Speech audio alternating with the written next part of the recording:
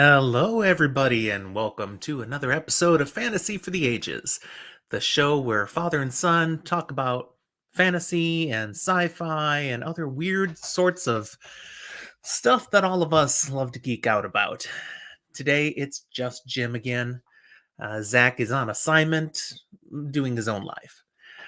But more specifically, we're here to talk about Dresden Files today, and he has not read these yet. One day that will not be true.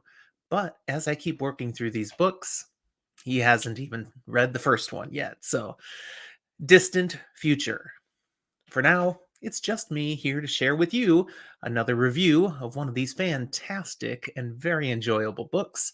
Today we're talking about Cold Story, Dresden Files, Book 14. As always, I'm drinking something for this episode.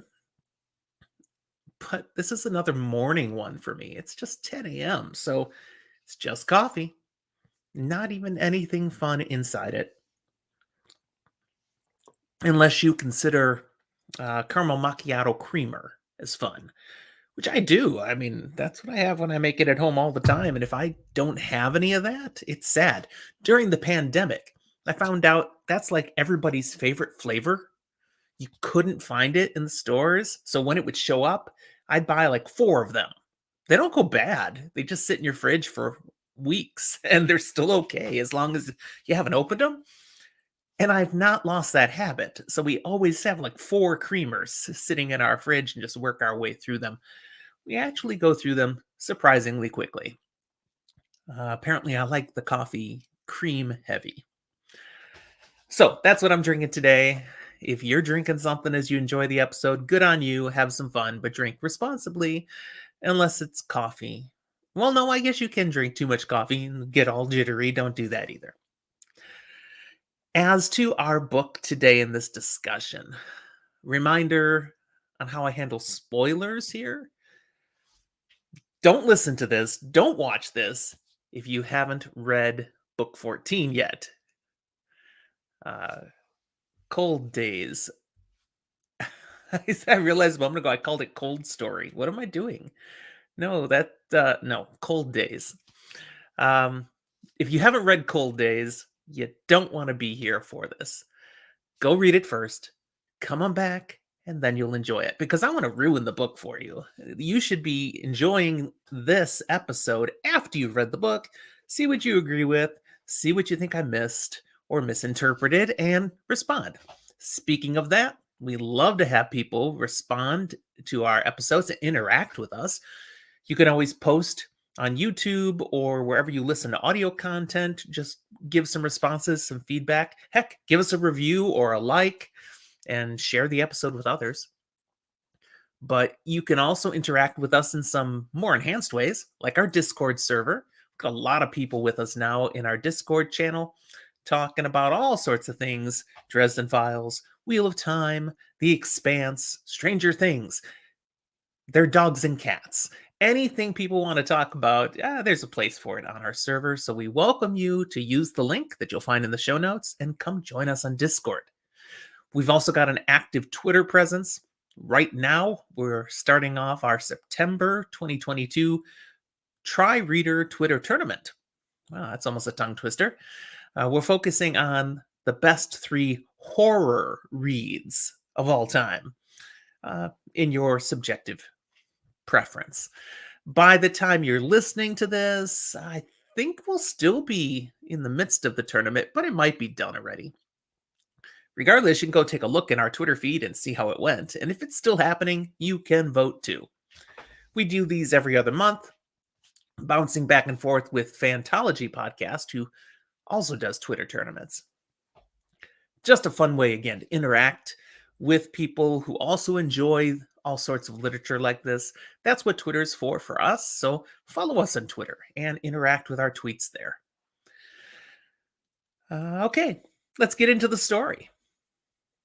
Cold Days. My initial thoughts on this book. It really brings together a whole bunch of plot threads that have been laid out through the previous 13 books, and then brings things to a head, all of these different points, in a pretty epic conclusion in this book that's going to have some massive ramifications moving forward. and also identifies for us there are some serious reveals still to come. So we're not slowing down in this series. It's going bigger and bigger and bigger, which is pretty fun ride to follow with. I value in this book in particular that we see Harry Dresden restored to full strength after his shadowy presence in Ghost Story. And yet, really, as the Winter Knight, we're meeting Harry 2.0. He's next level. This was a serious power up for his character. And throughout this book, he's learning how to deal with that. What are the abilities? What are the limitations of being the Winter Knight, having the Winter Mantle upon him? It's not just a superpower. There are things he needs to understand about it, and he deals with that through this book. Now, that's about all I'm going to say about it through this book because I'm going to hit just 14 key events, plot points, because this is book 14. I started that a couple books ago, kind of picking how many things I'm going to talk about, which means I leave some things out. So I'm not going to say much about that experience of him learning to use the Winter Mantle, but it is a key theme woven throughout the book. And some of it is rather entertaining. I definitely enjoyed that. But what am I going to hit on? The 14 key events and revelations of Cold Days. Well, number one, we start out with a very interesting rehabilitation period for Harry. Okay, we left off in the previous story that he basically had been on life support thanks to a team up of Queen Mab, the Winter Queen of the Winter Court, and his genius loci of Demon Reach. Kind of this, I always picture this big, like, Ent type creature. And the two of them had worked together deep in the bowels of the Demon Reach Island to keep him alive while his spirit, his essence was out there roaming, doing what it had been allowed to do by the angel uh, because he had been tricked and somebody cheated, and that's how he was shot back in Changes in the first place. So while all that's going on, they kept his body alive. I don't know that they knew where his spirit was, just Mab had confidence, hope, belief it would come back to his body. So she's making sure the body is still ready to receive it. Well, just because he's back in his body at the end of that book doesn't mean he's good, good to go, right as rain. No, he's been comatose for months. He's a shell of a person. So we start this out with seeing Harry now in back in the power of the Fae. He's in the Never Never, in a stronghold of the Winter Court, and he's being nursed back to health. Nursed, allowed to recover, and then basically PT. Some very unique physical therapy that goes on here. So there's two different aspects that we see highly on display. One is a character we're introduced to, Sarissa, who seems to be a human who's here working in the Winter Court. We don't know much about her other than she's here and has the ability kind of as a nurse to actually provide for Harry's basic needs, to help him regain his strength, to provide basic medical care. But the other one who takes an active role in his physical therapy is Queen Mab herself. Because every day she comes in at some point and tries to kill Harry. Of course. I mean, that seems like a logical physical therapy approach. Okay, what's going on here is Harry is her Winter Knight, and she needs him strong enough to defend himself, strong enough to fight off an attack, to take on whatever comes at him. So in 77 straight days of physical therapy, she tries to kill him a different way each time, slowly amping up the violence, the power of the attack. She's not really trying to kill him. She's pushing him, she's testing him, she's stretching him so that he can grow to his fullest potential. Some of those attacks are amazing. Um, it's twisted, but you know what? It works. By the end of the experience, Harry is healthy again and stronger than ever with the power of the winter mantle flowing through him. Also tied to this, he has an orderly that's assigned to him, Cat Sith. Now, Cat Sith is going to continue with Harry through the book in numerous interactions. He's assigned by Mab to assist the Winter Knight. Not necessarily happy about it, and left to his own choices, he'd easily happily kill the Winter Knight because he's a creature of winter, of the Winter Fae. He has his own motivations. He's not a good guy, but he does follow orders. Turns out Cat Sith is a famous creature, not just a cat Sith, no, the Cat Sith. Apparently that's a thing. And he's a mock. We've seen these cat creatures of fairy before, different mocks. This is the progenitor of the mocks, the granddaddy of them all. He's huge. It's like a 90-pound creature as a cat. He can talk, he has magical abilities, and he's here to help Harry. So that's one. Number two, as Harry has completed his physical therapy, his timing is right on point because they decide to throw a birthday party for him. Now, my recollection from a previous book is we knew the day of Harry's birthday. Do you remember it?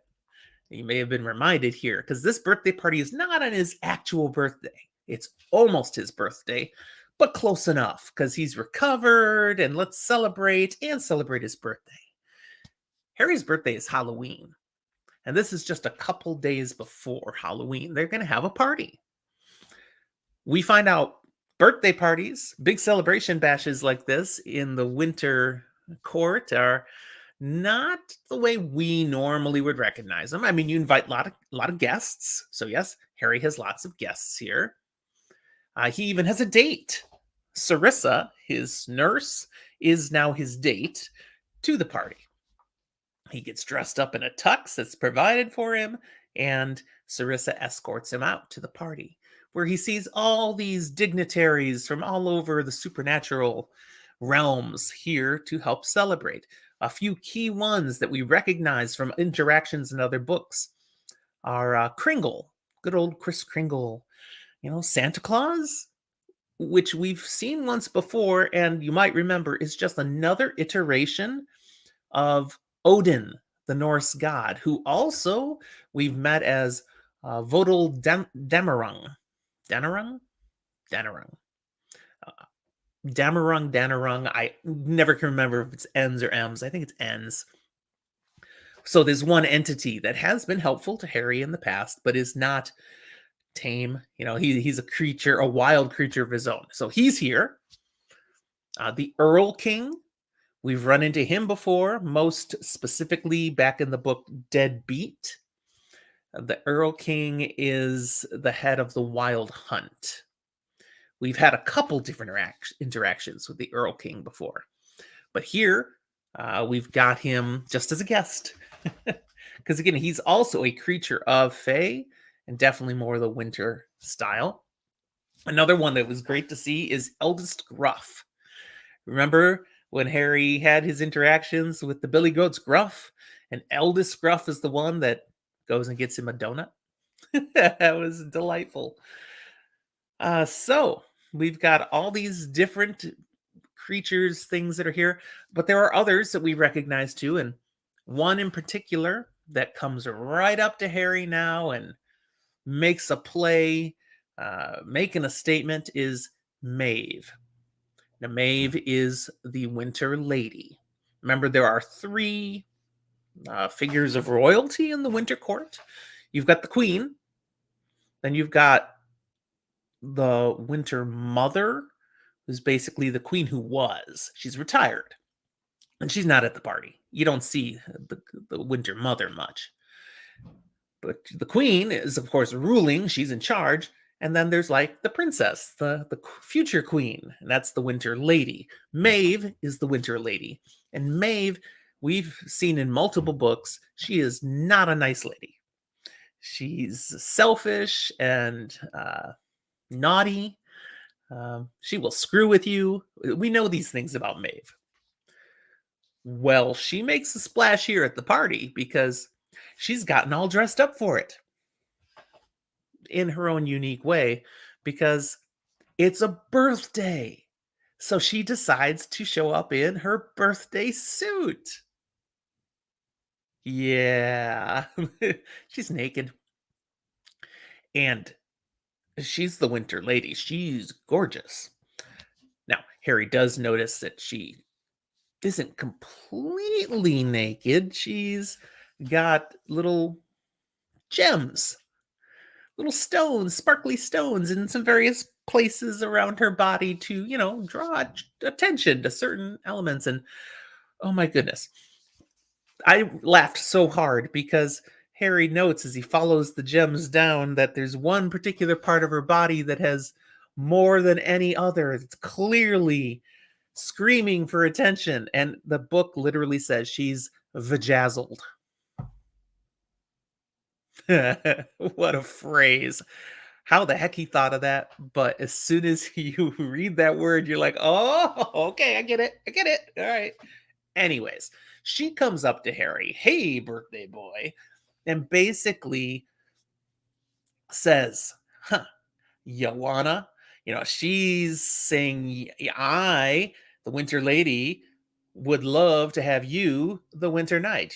You're my Winter Knight as well as Queen Mab's Winter Knight. And why don't we celebrate your birthday in some fun ways, big boy?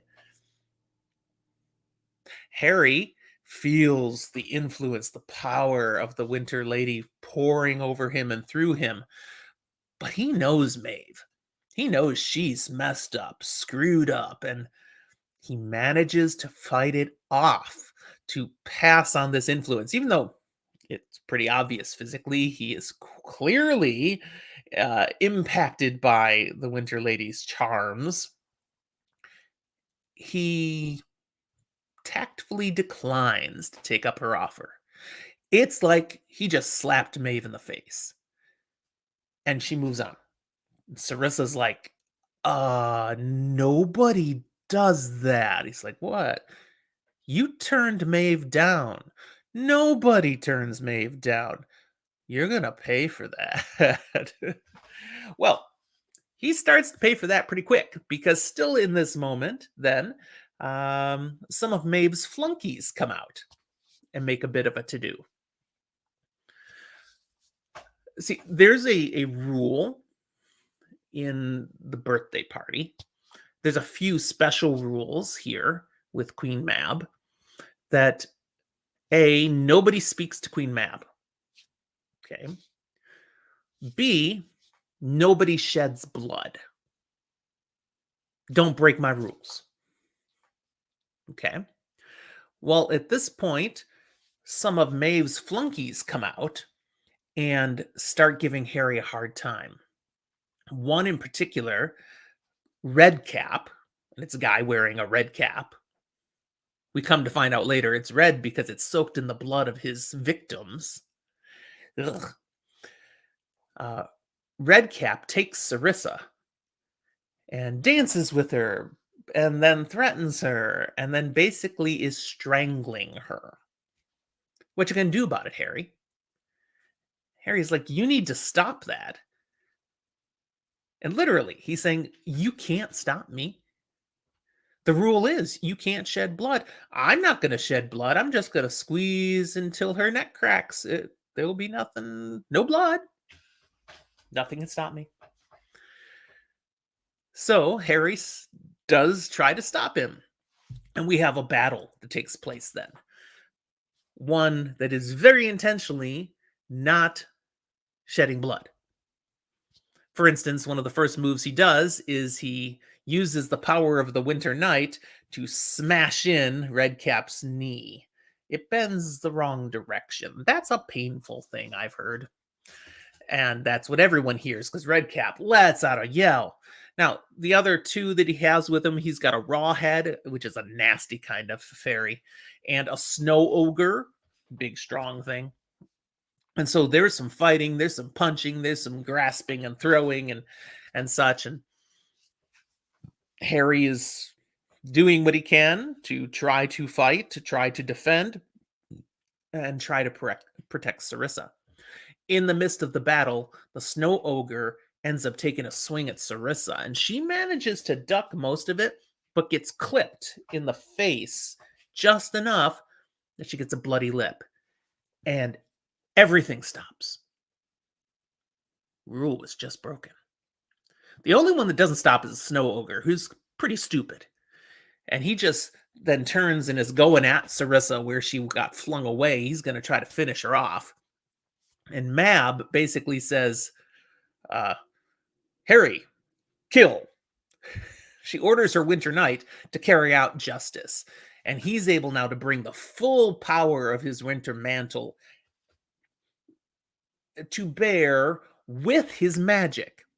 So he uses one of his spells to freeze the Snow Ogre in place, and then another of his spells to completely blow up this frozen statue, and there is no more Snow Ogre. And everyone in the room just saw, okay, you saw some fighting going on. Yeah, Harry was holding back. That's the power of the Winter Knight. Welcome to the Winter Court, Harry Dresden. So that's all point two. Harry's power has been confirmed.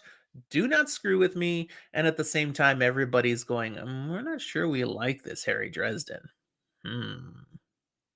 But that's how the Winter Court is. They all kind of look at each other and will do whatever they can to get advantage for themselves. It's a very selfish and self-centered, power-seeking group of fairies.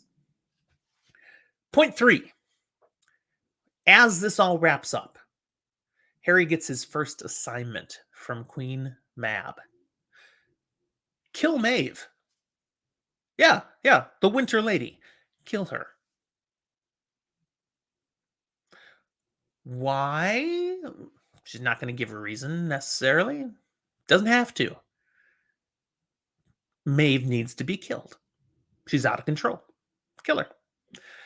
Now, you don't just kill the Winter Lady. She's an immortal. How do you kill an immortal? Well, he's going to have to figure that out. It is possible. You may remember that in a previous book, Summer Night, Harry killed the Summer Lady, Aurora.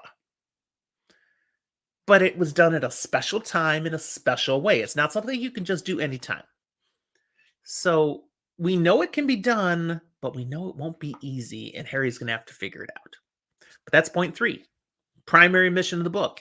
He's now got to kill Maeve. But tied to that, he has to figure out, should he kill Maeve? Why would Mab, the Winter Queen, give him an order to kill the Winter Lady? Is this an order that should be disobeyed? Is there something wrong with Mab? It doesn't make sense. He's going to have to put his detective skills to use here as well. Point four. Mab arranges a head start for Harry. Upon her orders, everybody is locked down at the end of this birthday party. She's upset that the rules were broken. No one's going anywhere until dawn. You are all locked in place. Nothing gets in or out. Except she allowed for a special back door through the Never Never into Chicago for Harry out of the closet in his bedroom. Cat Sith is the one that reveals that to him. Basically says, yeah, Queen Mab is giving you a head start.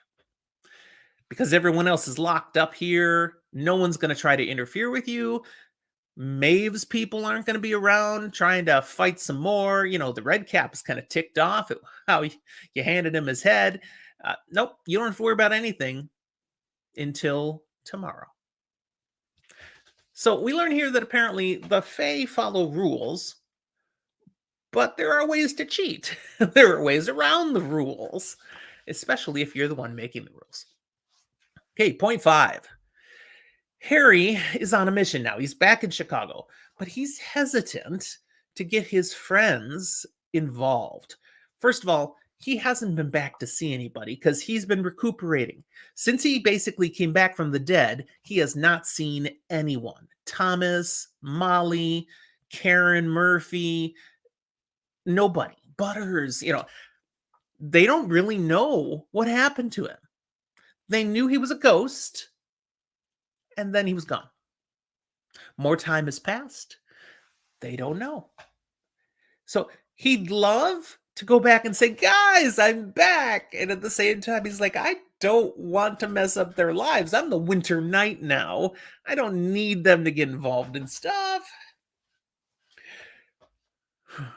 We know it's a true trait of Harry that he thinks of his friends before himself. So truly, he's trying not to hurt them by maybe kind of staying out of their way still.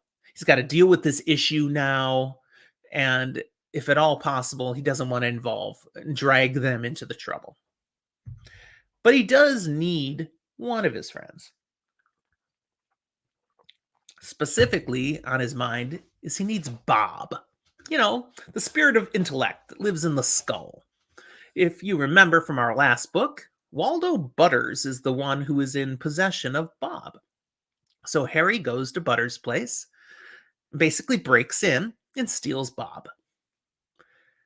One could say, why didn't he just find Butters and say, hey, I need to borrow Bob? But again, doesn't want to get them involved. Doesn't want to have to explain. He only has 2 days, it's going to turn out here. But he is sensing he only has like a few hours because he's got this head start right now. But when he does steal back Bob and he talks, how do I kill an immortal? How does this work? He learns that, well, there are certain times in the year where there's a convergence. And immortal creatures of fairy are more vulnerable, somewhat mortal. One of those is Halloween, which again, 2 days from now, Harry's birthday. And in fact, because of that, they hide. You don't see the Fae in the regular world on Halloween because that's a more vulnerable time for them. They're smart enough to stay out of the way for that day. So that's his target. That's the day he's got to have whatever he's going to do ready to take out Queen or the Winter Lady, Maeve, or to deal with Queen Mab, if that's what he decides it has to be done. He has to figure out what's going on and make his move within that time. Well, despite his efforts, Harry is going to end up reconnecting with many of his friends, and it becomes essential that he does. And some of it happens in the midst of him just trying to do things on his own and failing, because the next day does arrive, and creatures of the Winter Court are out there after him now. It seems the Winter Lady, he rejected her, he offended her. She didn't take it well. So Redcap and his crew are on the job trying to get Harry. In the midst of these various interchanges with the bad guys, he ends up reconnecting with Thomas, his brother, the vampire of the White Court. Toot Toot and the Zalord's Guard, all these fairies, these little pixies that have been helping Harry in the past, they reconnect with him. Molly, his apprentice, is another one he does reconnect with and finds out a little bit of what's been up in their lives since he's been gone. It's not a smooth reconnection necessarily because everybody has trust issues. First of all, it's been like a year since he was shot. 6 months since, if my timeline is right in my head here, 6 months since he disappeared from being a shade. They've continued to live their lives. They've continued to fight against the Fomor and do what they can to survive. And there's been no Harry, and now suddenly he's back and he's fine. And he's the Winter Knight. They don't know this Harry. They don't know if they can trust this Harry. They don't know if he's really Harry Dresden like they remember. He could be corrupted. He could be evil. That was certainly a fear he had about ever accepting the mantle of the Winter Knight. So it will be a process. They will be working through to determine, can they really trust him? Bob doesn't seem to have much trouble. And so he does learn what he needs from Bob, but it turns out to bite him in the butt that he stole Bob instead of just talking to Butters. There's some resentment there. Bob, Butters, and Andy, by the way, the werewolf, the alpha, Andy, who had formerly been attacked by the Nagloshi and ended up in the hospital, and her boyfriend was killed. Well, in the interim, over the last few years, Andy and Butters hit it off, and they're a thing now. Butters has scored, man, because he's just this nerdy corner, and now he's living with Andy, and she is hot. So Harry's like, well, that's something. Good for Butters. But it's really good for both of them. They make a cute couple. But they don't take it very well that he broke in to steal Bob. And maybe that's the influence of this winter mantle thing. Maybe there is some darkness in Harry now. Again, a process trying to work through this. But nevertheless, he does start building back these connections with his friends, and it's good because he's going to need it. Point 6. Through interacting with people, especially with Molly, he learns there's something going on with Demon Reach, his island, his genius loci out there. It's become a ticking time bomb. There's something going on where magical pressure is growing out there, and he's going to have to address it.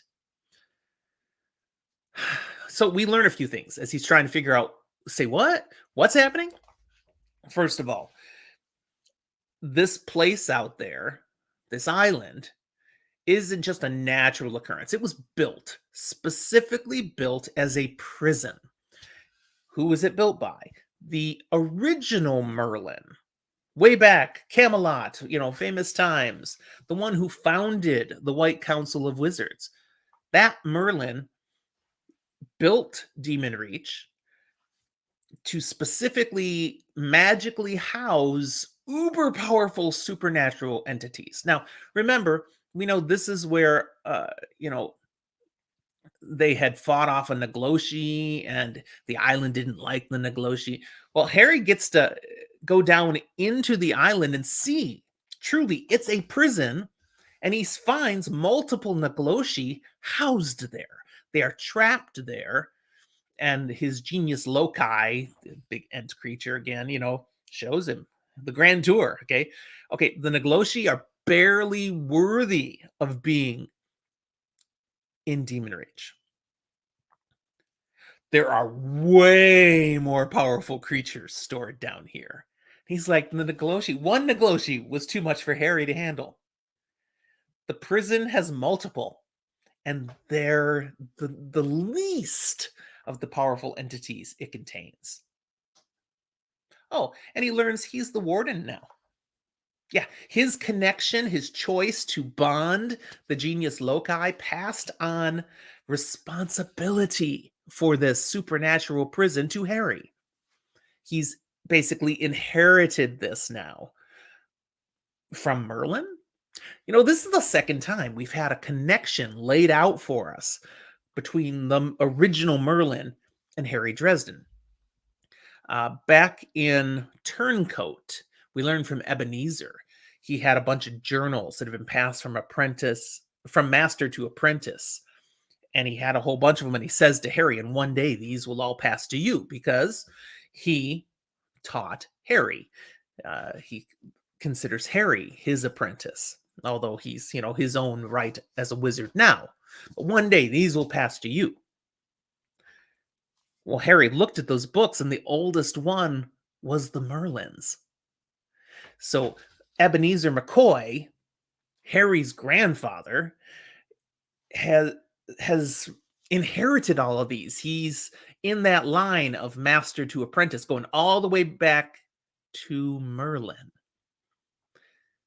So Harry is in that line of descent of training from master to apprentice. And now he's the warden of the Merlin's prison. Holy cow. So you got to wonder, is this building towards something? That might be something we got to pay attention to. Will there be even more connections between Harry Dresden and the original Merlin? Um, he learns that something is attacking Demon Reach. There's some supernatural pressures coming at it that they have to identify and stop because it's basically trying to break the prison.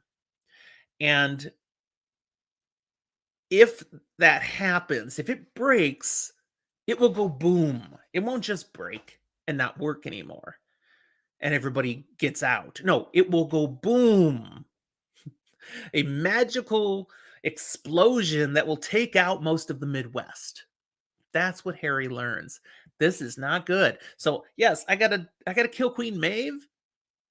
Queen, I keep saying that. I gotta kill Maeve, the Winter Lady.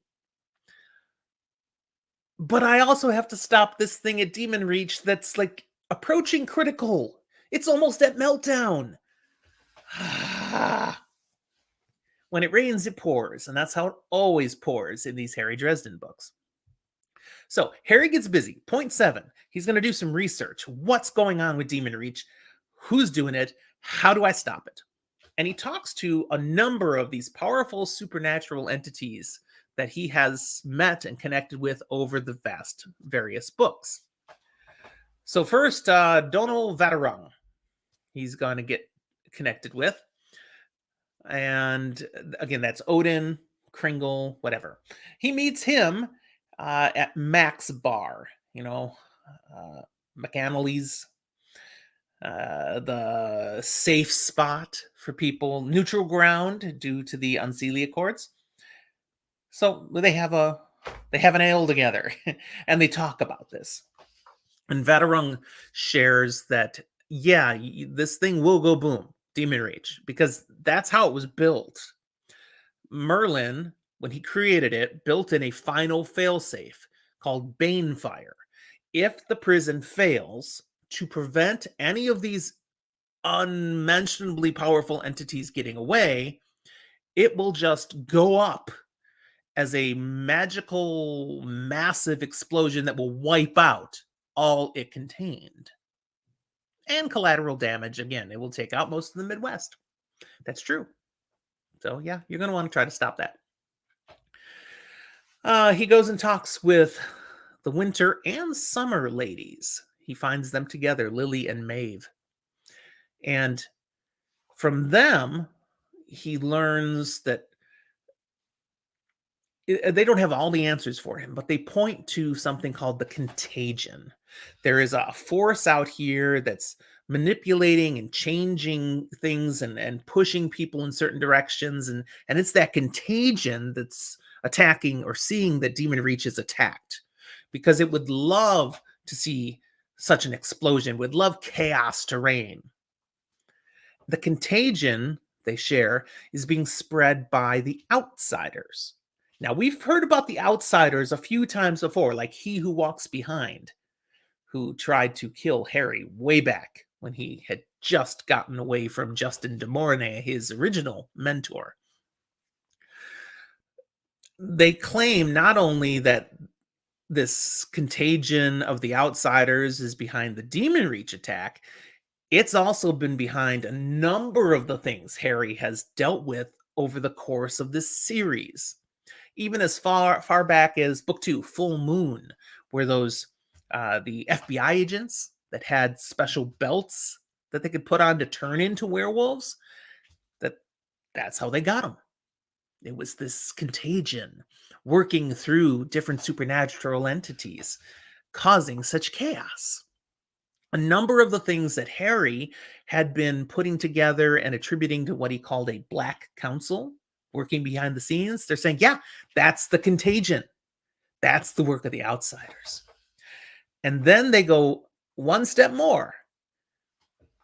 And they say Queen Mab has been infected by this contagion. She's being manipulated by the outsiders.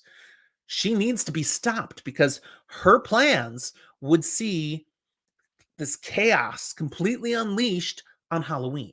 That's what she's aiming towards. Harry, we need your help to stop her. Huh. One of the things Harry, remember, was worried about. He's been given orders to kill Maeve. Is Queen Mab in her right mind? Maeve and Lily are saying Queen Mab is not in her right mind. Puzzle. Now, Harry knows something about the Fae.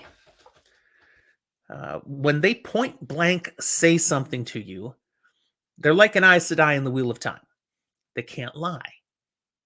What they say has to be the truth. However, he also realizes something here in this conversation with them that is also like Aes Sedai in the Wheel of Time.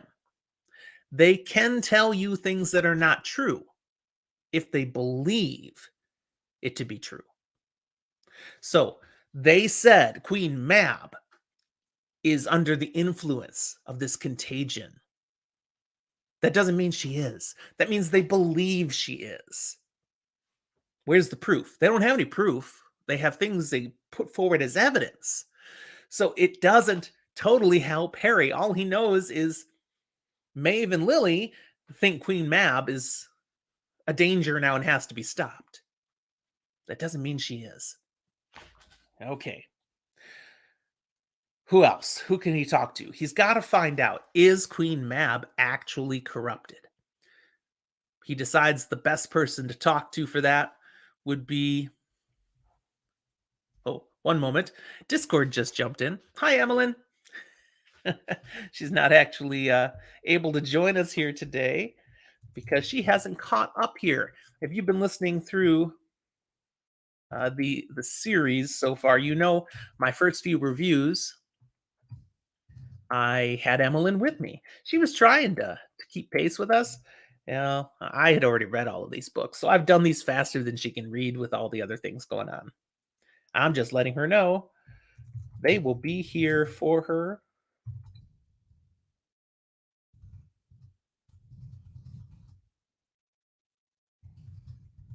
And she catches up. Gotta take care of the fans.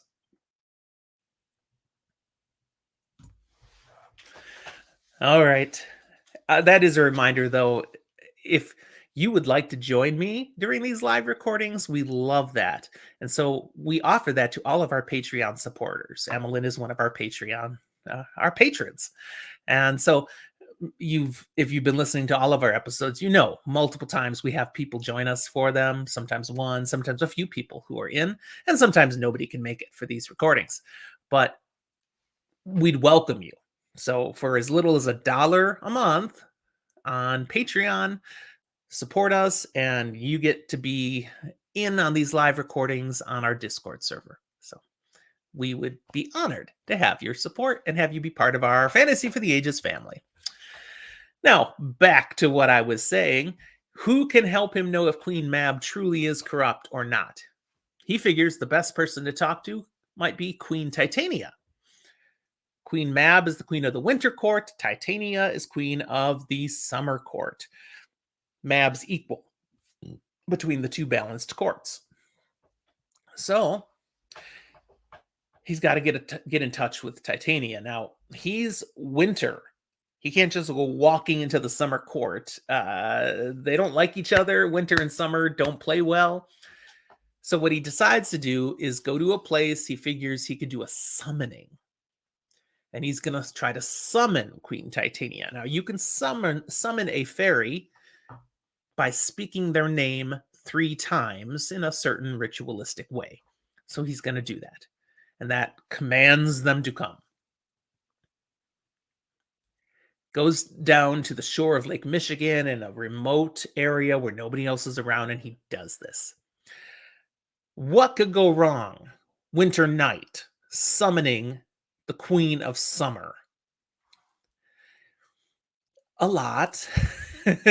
She shows up. It's not easy to summon her. He feels some resistance, but then she arrives. She asks him a few questions. Doesn't just answer her question. because he's like, is Queen Mab taken by the contagion? Is she mad? After asking him a few questions that kind of makes the point that she's not happy with him, she goes all off. She beats him down a bit. She's mad. Why? He killed her daughter. Okay, Aurora, back in Summer Night, the summer lady. Harry literally by himself killed her. Now, she needed to die. Doesn't change the fact he killed her daughter. Is she supposed to feel all rosy and happy about Harry for killing her daughter, even though she needed to die? No. So she's very mad. She's also like, how dare you summon me? Harry manages to, I mean, he's got to use some of his power to stay alive. He manages to divert her anger, though, away enough to listen and hear about the danger at Demon Reach. And that he needs her help if he's going to discover and discern, is Queen Mab the one who's then under the contagion doing that to Demon Reach and potentially unleashing such chaos on the world. And okay, fine. She gives one nugget to him. She can't or won't give him the answer about Queen Mab. But she does reveal that this contagion, okay, what you're really dealing with is something called nemesis. Dun dun dun, what a name. This thing you think of as contagion is an active force of the outsiders called nemesis. And don't just throw that name around because they'll hear you. Okay. All right. She's gone. Don't summon me again. But he's got a little more information, but not enough. So he makes his next play. He goes to where he can connect with the mothers, Mother Summer, Mother Winter, and talk to them. It never goes real well talking to Mother Winter, but Mother Summer helps him out a bit, and she takes him to where he can learn some things she says you really need to know.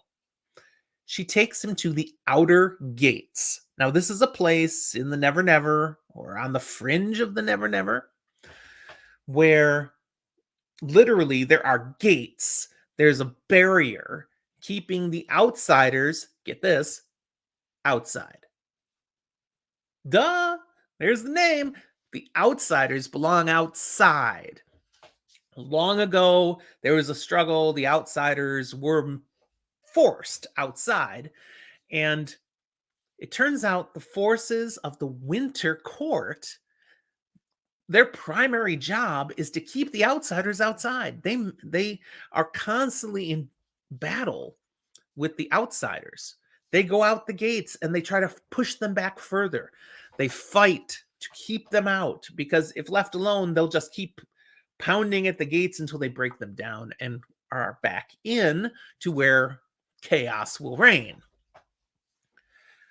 It turns out there are far more Winter Fae than Summer Fae, because the Winter Fae is constantly battling, constantly dying. They need the strength to fight the outsiders. The Summer Fae is a balancing force for the Winter Fae, but because the Winter Fae's the vast bulk of their power is in battle with the outsiders, you don't need much of Summer Fae around. It's just enough to balance what's left. Interesting. So out here at the gates, he learns about this need for balance. He learns about Winter being tasked with doing most of the fighting. He also learns that the wizard Rashid, who's been known as the gatekeeper, literally is here. He's involved with the outer gates. His job is to help keep those gates closed, but also when they do open them up to let the forces of Winter who have gone out to battle to come back in, Rashid inspects them all. He is tasked to make sure the force, the contagion of Nemesis, hasn't infected any that come back. Because it tries. and he will discern it and he will expunge it if it is found. So that's why you don't see Rashid a lot. The gatekeeper is out at the gates. He's doing his job. That's what he's tasked to do. He and Rashid have some conversation here, and much more, has been revealed now about the gatekeeper. But also, amongst that is we learn he knows a lot more than Harry realized. So they kind of bond as they talk about the various struggles that they both are involved in. He knows about Ebenezer, for example, that Ebenezer is Harry's grandfather. He knows that Harry is starborn, meaning he has a special role to play in this struggle against the outsiders that Harry will learn more about, will need to learn more about, will learn more about. But he says, you, Harry, are destined to be at the tip of the spear, this battle against the outsiders because of being starborn. We get the point here, though, as they talk, that these two could be friends. They actually understand each other in some interesting ways. It's kind of a nice moment to find another real ally amongst the wizards and the senior council of wizards for Harry. We sensed Rashid was on his side, but we get a real feel now. No, he is. He gets Harry. Not only does he get Harry, he's not surprised that Harry's back. And he's like, you're dead, according to the Wizarding Council, so I'll help. There's a whole bunch of paperwork that has to be filled out now to reinstate you as a wizard of the White Council. I'll smooth the path for you. I got you, Harry. That was kind of funny. All right, this moves us to number 8. After he's back from all this and he gets back to Chicago, he's trying to figure out what to do with all this information. He's attacked again by Redcap and his goons. And in this fight that he's doing, it's not just him. He's got Thomas with him during this battle. Karen Murphy shows up. Murphy comes to the rescue, in a sense. And thanks to Murphy, their bacon is saved. And she agrees to help Harry. She's missed Harry. She's also a little suspect of Harry. A winter night. She kind of realizes you're working for the bad guys now. All right. Along those lines, she's like, I'm here for you, Harry. I will help as I can, but I'm telling you one thing. Those swords of the cross, I have those, and I'm not giving them back just because you're back. I'm not telling you where they are. I think that's for the best. And Harry's a little bit hurt by that, but it balances out with the fact that she's saying to him, I can't totally trust you because I don't know how much in control you are of who you are, but I will be here for you regardless. They kind of have a moment together in the midst of all that. A little warmth and feeling between the two of them, and it's nice. It's kind of touching. Okay, point 9. Redcap makes another play on Harry, but this one's a little more insidious. Sarissa shows up as a messenger from Redcap with hair, cuttings of hair from 4 different people. And what it shows is that Redcap has been following Harry as he's gone around visiting and talking to different people.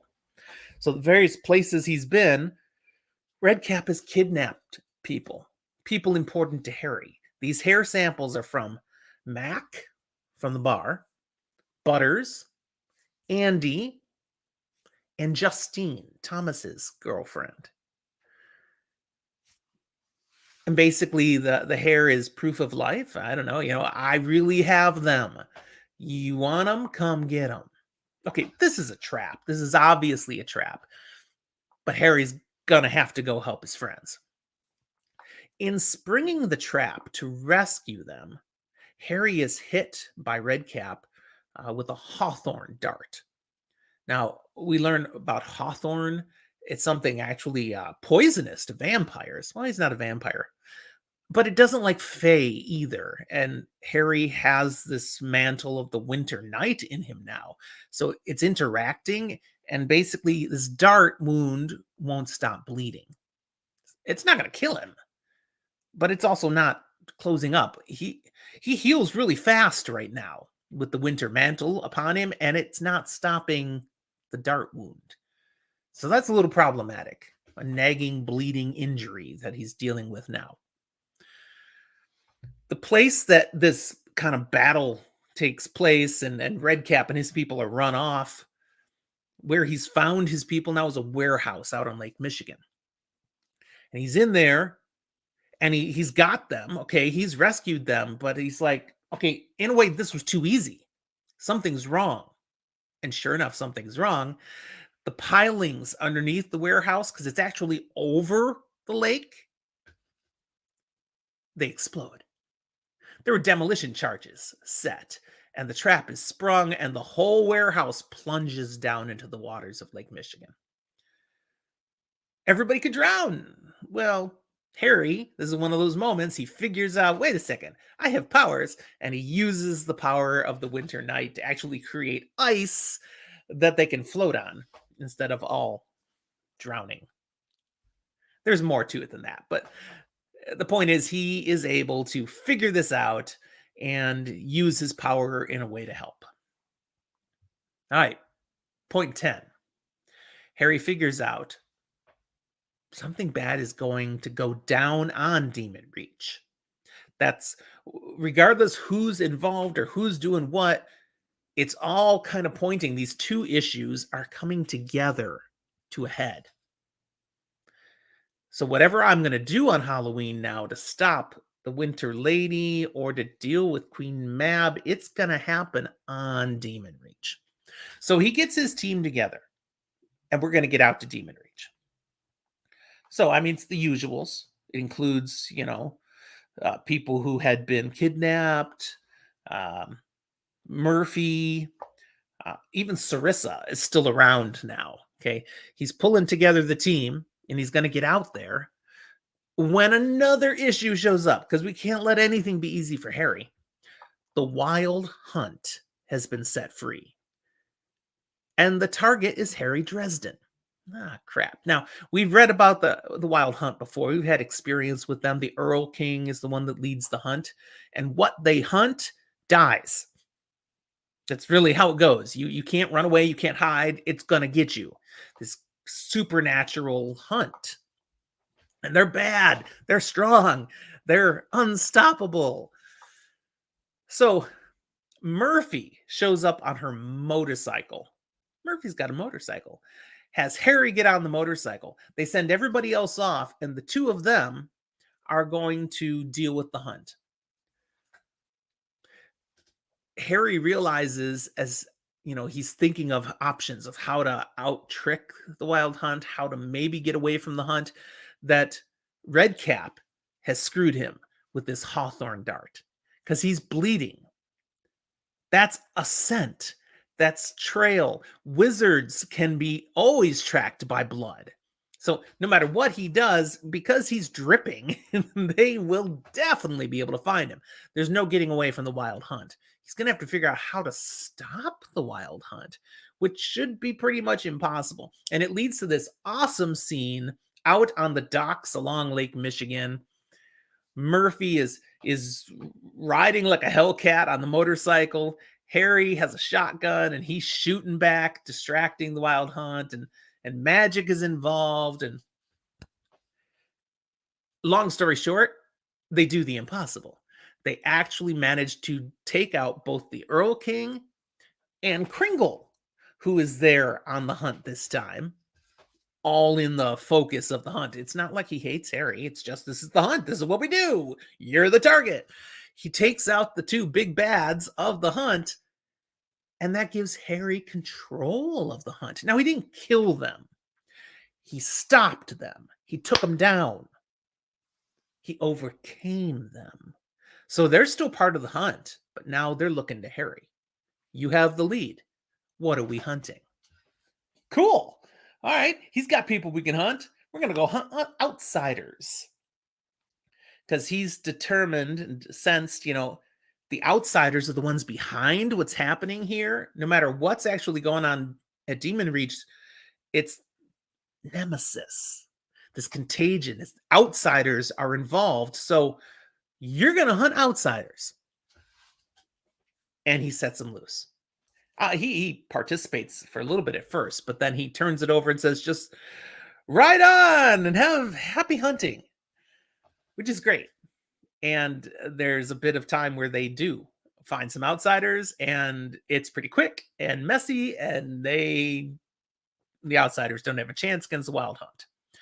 Others of the outsiders flee, and the wild hunt continues to go after them. So basically, the outsiders have been removed from the situation now. Harry and his peeps get to Demon Reach, but they still have to deal with who are they going to find there? What's going on? Well, who they find are Lily and Maeve, the summer and winter lady. The two of them have joined forces to try to take control of and perhaps overcome the genius loci of Demon Reach. Why? We still don't know what their game is, what their plan is, but they are the ones trying to break down the prison. Harry's got to stop this. His first obstacle in trying to stop it is Fix. Now, going all the way back to Summer Night, again, Fix is Lily's friend. Fix became the Summer Night after the previous Summer Night had been killed, and Lily became the new Summer Lady when Aurora was killed. Okay, so he became her Summer Night. So of course he's going to defend Lily. Doesn't matter whether he agrees with Lily. He has to do his job. So Harry has an interaction with him. He ends up overcoming Fix. But then Lily comes at him because, hey, you messed with my Summer Night. So now he's got to deal with Lily. All told, there's a lot to this. I'm not going to go deep into all of it. I'll just point out that it all ends up going really badly. Okay. Harry does go through Fix, does manage to deal with Lily, but in the end, he ends up having to surrender. He's lost some of the people that were with him. And if he doesn't want them just killed outright by Maeve, he has to give up. So that's point 11. Moves us to point 12. They're all under Maeve's control. We come to find out Lily is working with Maeve, but she's really just doing whatever Maeve says. Maeve's the one in charge. And she's loving it. This is her night. She even takes some time to gloat. So what we see here at this final critical time, Thomas, he's tied up. He's unconscious. He's been taken out of the fight. Karen Murphy, she's tied up. Trust, she's awake, but powerless. Maeve has a little fun with that and gives Murphy an extra kick just for the fun of it. Yeah.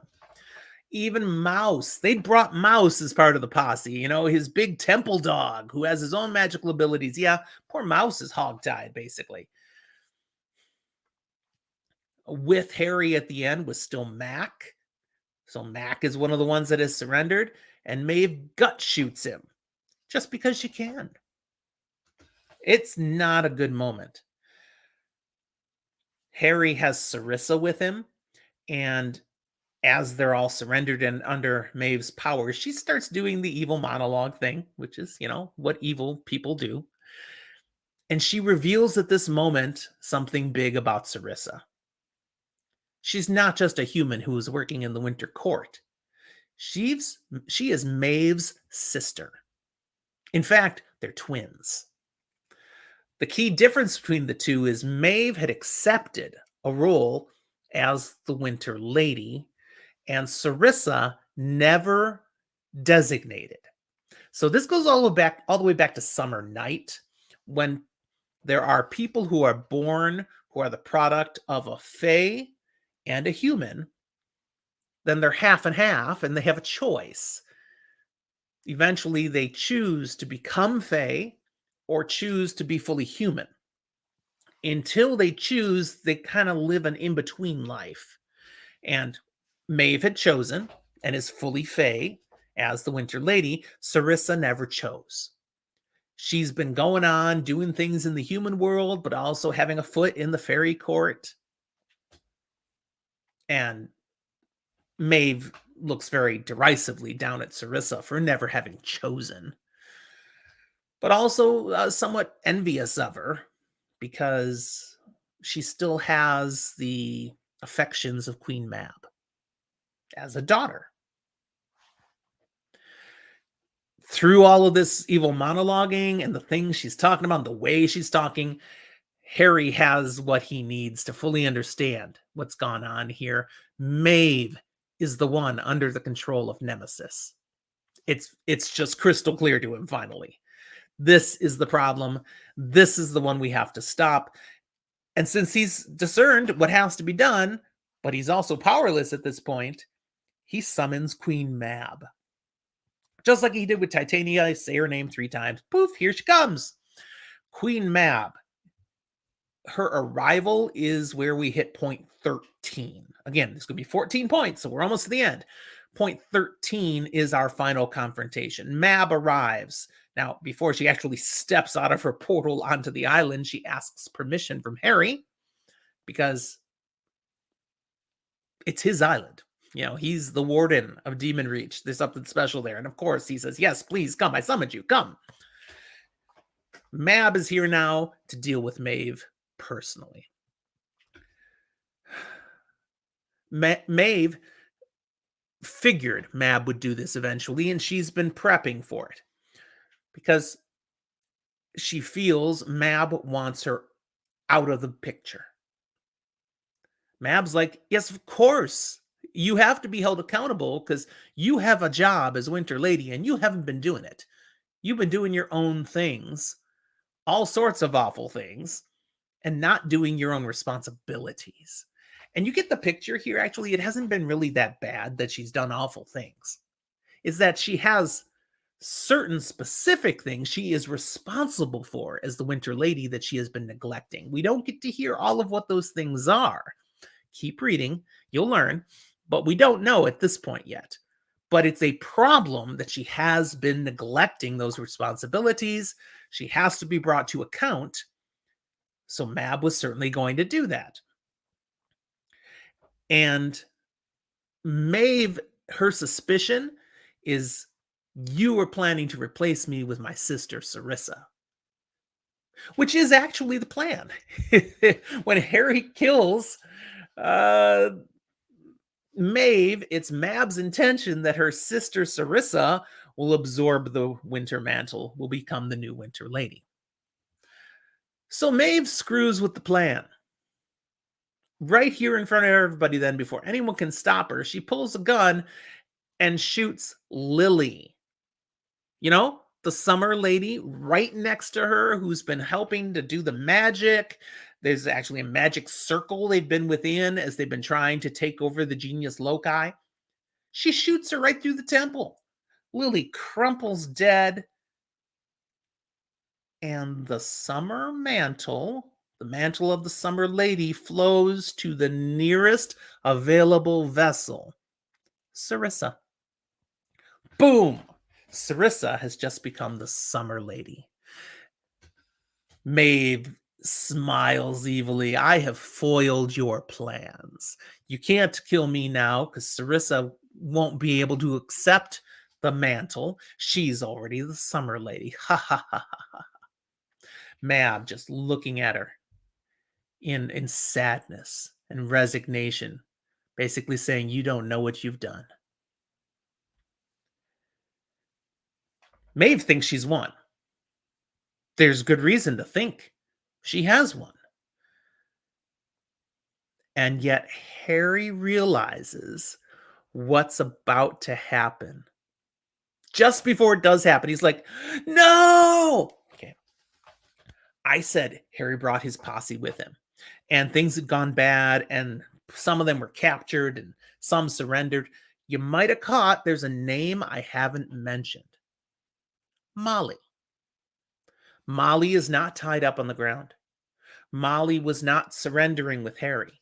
Molly is still on the prowl. What is Molly famous for? Her veil. She's somewhere nearby, invisible, waiting for the moment to strike, to make the key difference. Mab knows it. Maeve still has the gun.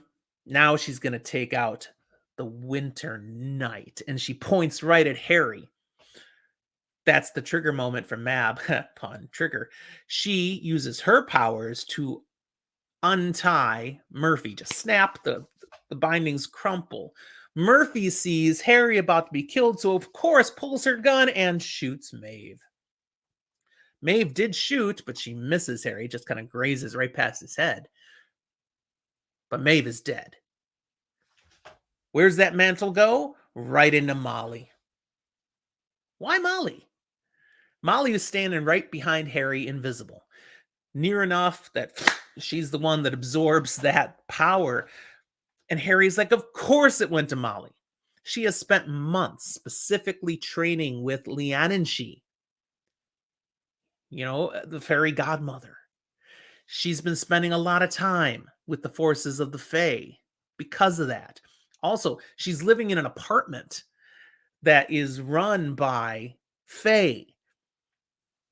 The Svart elves. I didn't talk about them. That's another extraneous piece of the story that does add interesting elements. But so she's been interacting a lot with the forces of fairy.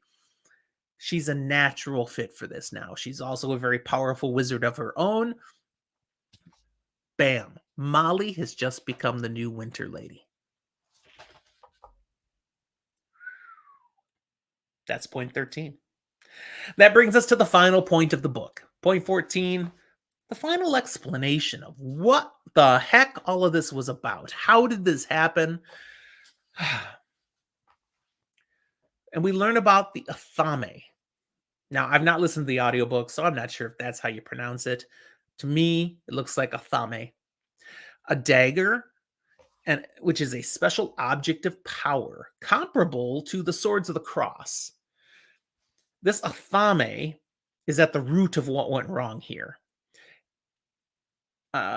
Historically, the understanding is this weapon was even originally used by Morgan Le Fay, the original Merlin's magical rival way back time of Camelot and all. This weapon has been around the books for a while, and we didn't know it, we didn't see it, and yet there have been hints of it and impacts of it all the way through, and this book reveals what all those were. The first sighting of the Athame was in book 3, Grave Peril, when the Liananshi is given a gift at Bianca's party, the Red Court vampire party. She was given this case, and inside the case was the Athame, the special weapon. It was a great gift. It wasn't made by the vampires. They just had it, and they gave it to Bianca. Well, it was tainted with the contagion. Through that weapon, Nemesis got into Leah. And she started to go corrupt. But Queen Mab caught it. She recognized what was happening to her, what had been done to her. And so she helped Leah by encasing her, trapping her in ice. And we saw that in Proven Guilty when Harry and his crew went and did that attack on Arctis Tor. And we saw Leah encased in ice. And, let me out. And then, no, don't let me out. That weirdness in her, it was because of the contagion in her. And that was Queen Mab actually helping her get rid of the contagion. Unfortunately, before Queen Mab had caught it in Leah, she had already infected Maeve. Mab realized Maeve was infected then and offered to help Maeve as she was helping Leah. Maeve declined. I'm fine. I don't need your help. Don't touch me. Here we see the end result. Maeve is dead. The contagion went so far, it had twisted her so much that she was neglecting all her duties. She was suspicious of Mab's intentions and even was willing to unleash chaos upon the world to beat Queen Mab. We get one other little explanation here. There was that bit in time where Queen Mab wasn't talking. Okay, where when she was speaking, it was always through a mock that was with her, Grey Malkin.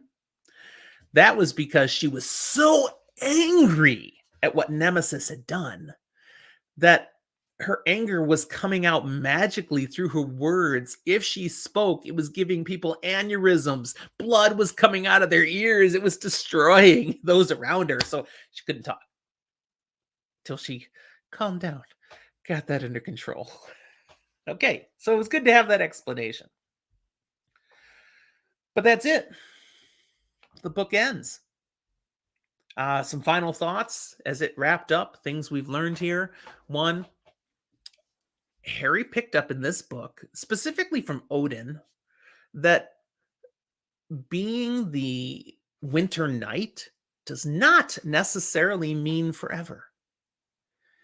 He may be able to let this mantle down at some point. We don't have any whys, hows, details yet, just that it is possible. And that's first we learned of that. First, Harry knew he might be able to let this go someday. Second, despite how the mantle has changed him, Harry learns that Karen Murphy will always have his back. Their relationship may be different, but the friendship is not gone. She is there for him. That's meaningful. That is really deep. We learn that Queen Mab was once human. I don't think we'd heard that before. I think this is the story where that becomes real. If we'd learned that before, let me know. Yeah, send it in responses, tweets, whatever. This is just going from memory, though. I think it's in this book where this is made clear. But most significantly, now that Harry is her Winter Knight, we're getting to see aspects of that in her personality. We learn that deep down, she still has feelings, human emotions. They're buried under all of her winter power, but they are still there. They do still impact the decisions she makes.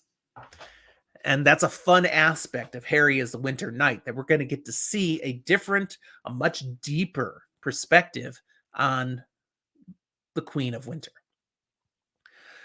Though Harry is clearly still troubled at being Winter Knight, trying to figure out how it works, and he's made it real clear he's not going to be her pawn, Mab's pawn. He's going to be his Winter Knight. And through this book, he demonstrated that. We learn here that Mab, she still wishes he'd just do what she says, but she's not displeased. She declares here that finally she has a Winter Knight worth the trouble. So this might work out. This Mab Harry thing, it might work out. There's hope. The final thing I'll point out again is just something I already said a little bit ago. Harry is identified in this book once again as Starborn. We learned that gives him some special powers over the outsiders. It's clear there's more to come here. This has to be tied to the greater meta narrative of the Dresden Files. So keep on reading and let's find out what's going to happen there. That's what I'm eager for. All right, that finishes book 14, Cold Days. I really enjoyed this story. Again, there were times it had me bust out laughing. I mean, come on, vajazzled. Oh my goodness. But that was just one of many things. And yet, this is also a book that had perhaps more action than we've seen in a little while. There's a lot of fighting, a lot of battle. The stakes get higher and higher. I look forward to the next book, which I'll review a few episodes off. So keep up your reading. Come look for the next one. And as I'm recording this one, we only have 17 books. So 3 left to go. And it's still going to be a year or two before we get our next book. All right. That's where I'll leave you.